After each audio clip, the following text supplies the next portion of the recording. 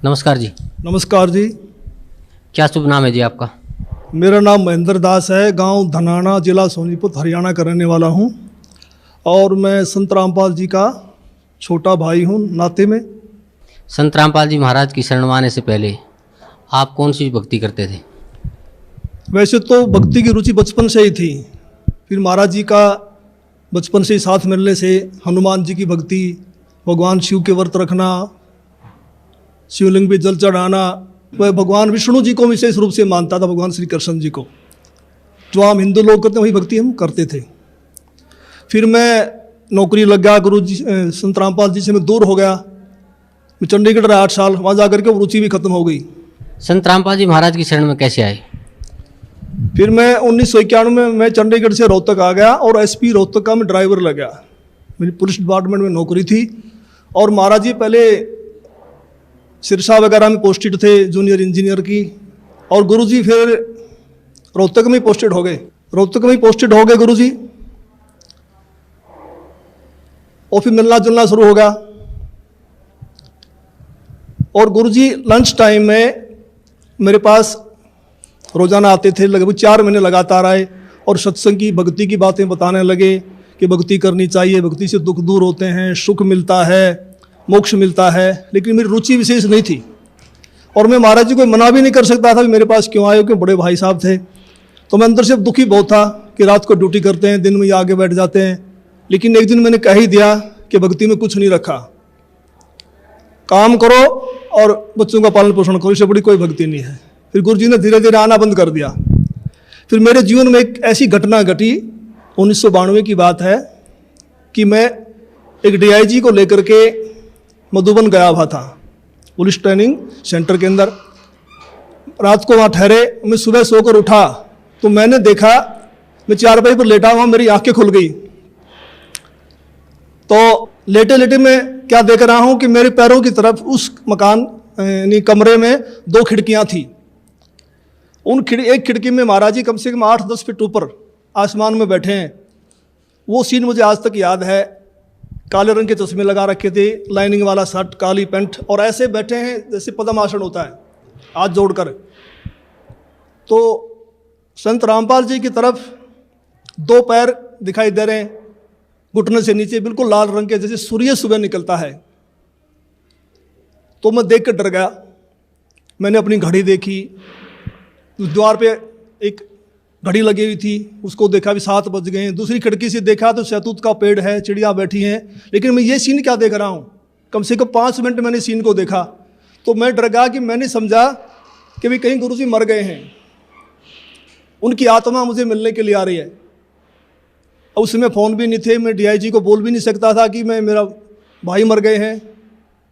तो मैं बहुत चिंतित हो गया। हम 1 बजे मधुबन से रोहतक के लिए चले, हम लगभग 3 बजे वहाँ पहुँच गए।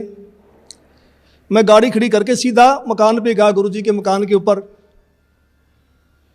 तो जाके मैंने देखा गुरुजी ठीक ठाक मिले, मन में शांति हुई। तो गुरुजी ने पूछा कि कैसे आना हुआ आज दिन में, कैसे टाइम मिल गया। तो मैंने घटना के बारे में बताया। मैंने कहा जी मैंने तो ऐसे ऐसे एक घटना देखी सुबह सुबह, मैं डर गया कहीं आप मर ना गए हो। तो महाराज जी ने कहा कि मेरे स्वरूप में कबीर परमेश्वर आए थे और अब आपको भक्ति मिल जाएगी। तो मैंने कहा जी मैं तो ड्रिंक्स वगैरह कर लेता हूँ, वो छूटती नहीं, भक्ति कैसे करूँगा। तो गुरुजी ने कहा जा आज के बाद नहीं पिएगा। तो उनके एक शब्द से ऐसी दीवार खड़ी हो गई कि आज 1992 की बात है, आज 2013 हो गया, यानी लगभग 21 वर्ष हो गए। वो आज तक मैंने शराब को छुआ तक नहीं है। तो उसके बाद गुरुजी ने अपने गुरुजी से मुझे नाम दिलवाया, संत राम देवानंद जी महाराज से। उस समय गुरुजी को आज्ञा नहीं थी नाम की। मैं भक्ति में ज़रूर लग गया, क्योंकि महाराज जी बताते थे कबीर साहब पूर्ण परमात्मा हैं, इनसे सबसे ऊपर हैं। तो मैंने उनको उदाहरण दिया कि पुलिस में तो ऐसे होता है। उस समय पुलिस वाले बहुत नाजायज़ किया करते। कोई कहता मैं फलां का सिपारसी हूँ, उसको पकड़ लिया तो उसकी कुटाई कर देते थे, फ़ोन आता छोड़ देते, हमें नहीं पता जी आपका था। कहीं ऐसा ना हो कि ये निचले देवी देवता हमें कूट दें और जब तो कबीर साहब ऊपर से आएँ। लेकिन मैं लगा जरूर रहा, लेकिन विशेष विश्वास नहीं था भी कबीर साहब पूर्ण परमात्मा है। तो महाराज जी ने कहा कि आप ये नाम जपते रहो, इन नाम से आपका विश्वास हो जाएगा। तो फिर 1994 में गुरुजी को आज्ञा होगी नाम की, फिर महाराज जी ने दोबारा से हमारे को नाम दिए, फिर सार नाम दिया। मैं भक्ति में लगा रहा, लेकिन कबीर साहब के बारे में मैं पूछता था कि वेदों में दिखाओ, गीता जी में दिखाओ, तो महाराज जी कहते समय आने तो सब कुछ दिखाऊंगा मैं, अब ये करते रहो। तो फिर ऐसी घटना घटी कि एक दिन मैं सोया हुआ था और मेरी आत्मा निकल के ऊपर ब्रह्मांड में चली गई, बहुत ऊंचाई पर।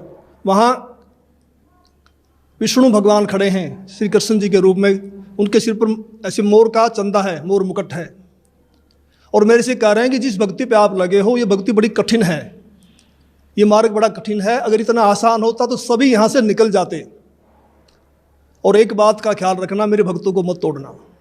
जैसे मेरी आत्मा, मेरा सूक्ष्म शरीर मेरे शरीर में आया तो मेरी आँख खोली तो मेरा सारा शरीर पसीने से भीगा हुआ था, और मैं बिल्कुल सर्दी का महीना था, मैंने कपड़े चेंज किए पसीना पोंछ कर, और मैं सुबह उठ करके अपनी ड्यूटी पे आया तो महाराज जी से मुलाकात हुई। मैंने महाराज जी को बताया कि ऐसे ऐसे घटना घटी रात को।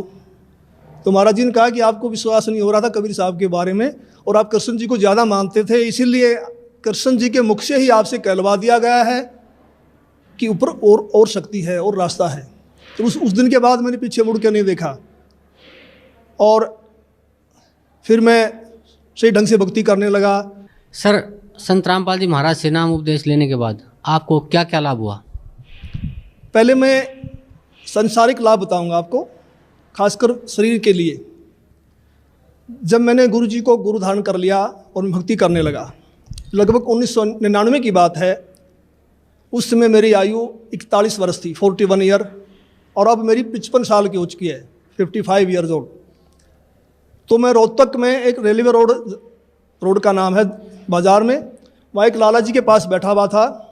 वहाँ एक लड़का मेरे से मिला, वो लाला जी ने, उसका नाम फकीर चंद जी थे, उन्होंने कहा कि ट्रिपल एमए है और इन्होंने ज्योतिष शास्त्र से भी एमए किया हुआ है। तो मैंने उसको भक्ति की बातें समझानी चाहिए, तो उसने कहा जी एक बार अपना हाथ दिखा दो।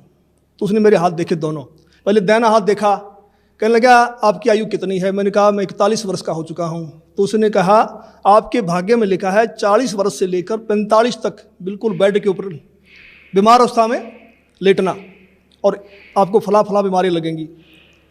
फिर मैंने कहा मैं तो 41 का हो चुका हूँ, मुझे तो कुछ भी नहीं है। कहने लगा 1 साल का धोखा भी हो सकता, आपको ज़रूर होगा। तो मैं कुछ चिंतित तो हुआ, लेकिन फिर उसने मेरा बायां हाथ देखा और कहने लगा आपकी पत्नी जिंदा है? मैंने कहा वो तो जिंदा है। कहता हो ही नहीं सकता। मैंने कहा मैं सुबह घर से आया था जब तू जिंदा थी, अब मर गई हो तो मैं कुछ कह नहीं सकता। लेकिन वो तो उसने कहा भी ये कैसे असंभव हो रहा है? तो मैंने उनसे कहा भी हम पूर्ण सतगुरु की शरण में हैं, सच्चे मंत्र का जाप करते हैं। हमारे सतगुरु कहते हैं कि भी तिल घटे ना मासा बढ़े वेदना लिखे जो लेख, सच्चा सतगुरु मिटा के ऊपर मार दे मेघ। हमारे सतगुरु ऐसे कर देते हैं। तो फिर मैंने 6 महीने के बाद फिर मुझे एक ऐसा ही और ज्योतिषी मिला। मैं जैसे पुलिस लाइन में गाड़ी का वायरलेस सेट ही करवाने के लिए गया, उस वर्कशॉप में एक इंस्पेक्टर थे इंचार्ज, वो अपनी टेबल पर ज्योतिष शास्त्र की किताब खोल के बैठे हुए थे। मैंने उनसे वही प्रश्न किया भी इसमें क्या रखा, भक्ति करो ना सच्चे नाम की। डिस्कस हुई हमारी। उसने कहा भगत जी ऐसी बात नहीं है, ये पूर्व जन्म के लेख होते हैं, भक्ति अलग चीज़ है, ये भी सत्य होते हैं। तो उसने मेरे फिर हाथ देख लिए, मेरे जो बातें उसने बताई थी वही बातें उसी ने दोहराई। तो फिर मैंने गुरु जी से प्रार्थना की, मैंने कहा जी ऐसे ऐसे बताया दो ने। तो संत रामपाल जी कहने लगे कुछ नहीं होगा, परमात्मा लेखों को मिटा देता, भक्ति करो। तो संत रामपाल जी की दया से, इनकी सच्ची भक्ति से उस पीरियड के दौरान मेरे को जुकाम तक नहीं हुआ, बुखार तक नहीं लगा। और आज मैं 55 वर्ष का हो चुका हूँ, मेरी पत्नी भी जिंदा है।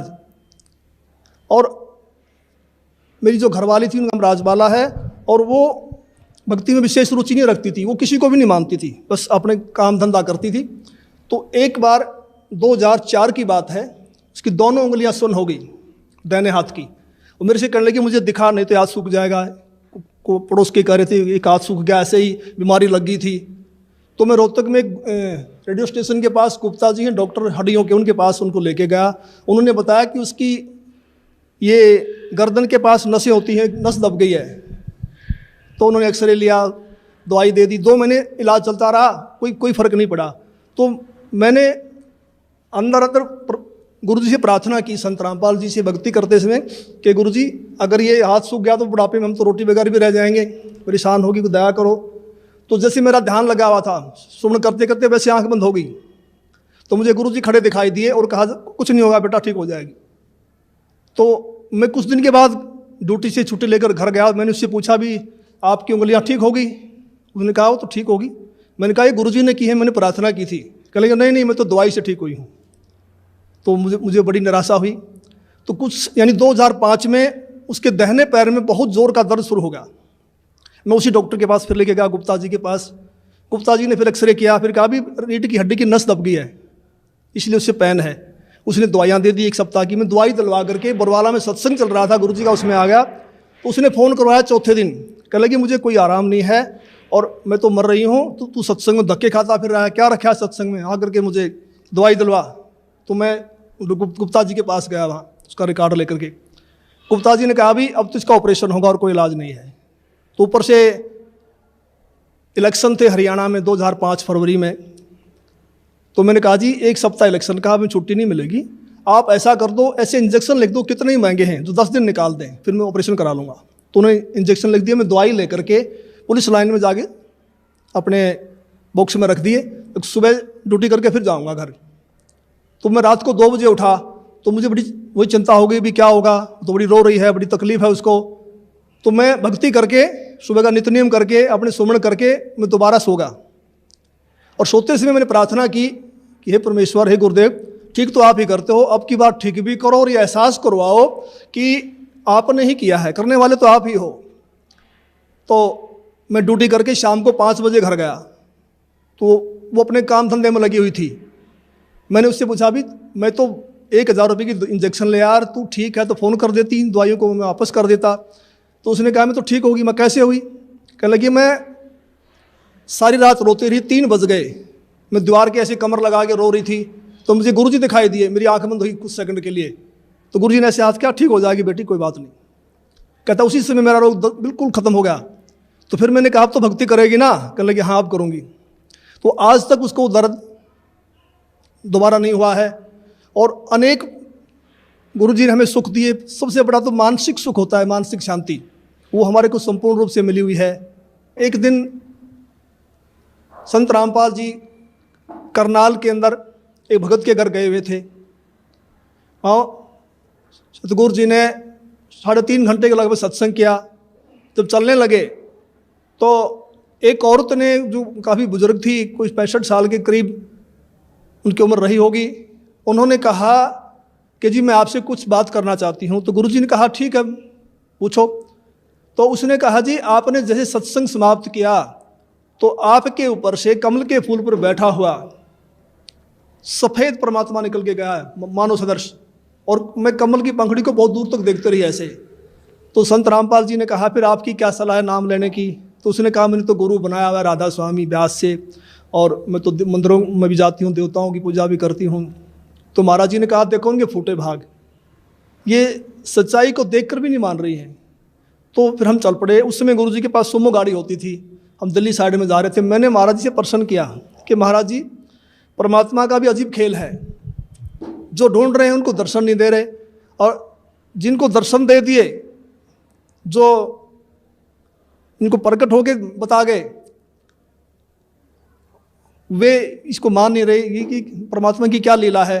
तो महाराज जी ने कहा ये बुद्धि से परे का विषय है और इसको आप नहीं समझ पाएंगे। फिर मैंने कहा जी बताओ, दया करो। संत रामपाल जी ने बताया कि ये औरत 600 वर्ष पहले जब कबीर परमेश्वर आए थे, उनकी शिष्या थी। इन्होंने लगभग 5-6 महीने भक्ति की, फिर इन्होंने नाम छोड़ दिए। उसी प्रथम मंत्र के प्रभाव से इसको मानवश्री मिलते आ रहे हैं, भक्ति में रुचि है। अब ये समझ रही है कि जो मेरे को छोटा मोटा लाभ मिल रहा है ये देव देवता या मेरा पुराना गुरु दे रहा है, जो उन्होंने बनाया हुआ है, उस डर के मारे नहीं छोड़ना पा रही। तो मैंने फिर प्रश्न किया कि महाराज जी मैंने तो ये पूछा है कि इनको दर्शन क्यों दिए? तो गुरु जी ने कहा, संत रामपाल जी बोले कि परमात्मा किसी की उधार नहीं रखता, ये कल को मरेगी, नरक में जाएगी, वहाँ उसको बड़ा कष्ट होगा। जब आत्मा रोती है तो परमात्मा को आना पड़ता है, मन की नहीं सुनता परमात्मा। तो फिर ये आत्मा वहाँ सवाल करती है कि जी आपकी भक्ति का हमें ज्ञान नहीं था, हमने भक्ति तो बहुत की। तो वहाँ परमात्मा ये सीनरी दिखाएंगे ये सारी फिल्म दिखाएंगे कि 3-3.5 घंटे मैंने सत्संग सुनाया, आप क्या भक्ति कर रहे हो, इसका क्या लाभ है, मेरी भक्ति क्या है, और जाते समय दर्शन दे दिए। तो परमात्मा ने अपने सिर से भार उतार दिया, पर ये आत्मा बोल नहीं पाएगी, चुप हो जाएगी। तो मेरा भगत समाज से यही बार बार निवेदन है कि ऐसा मौका बार बार नहीं आता, तो संत रामपाल जी की शरण में आकर के अपना आत्म कल्याण करवाएं। सत साहिब। धन्यवाद आपको बहुत।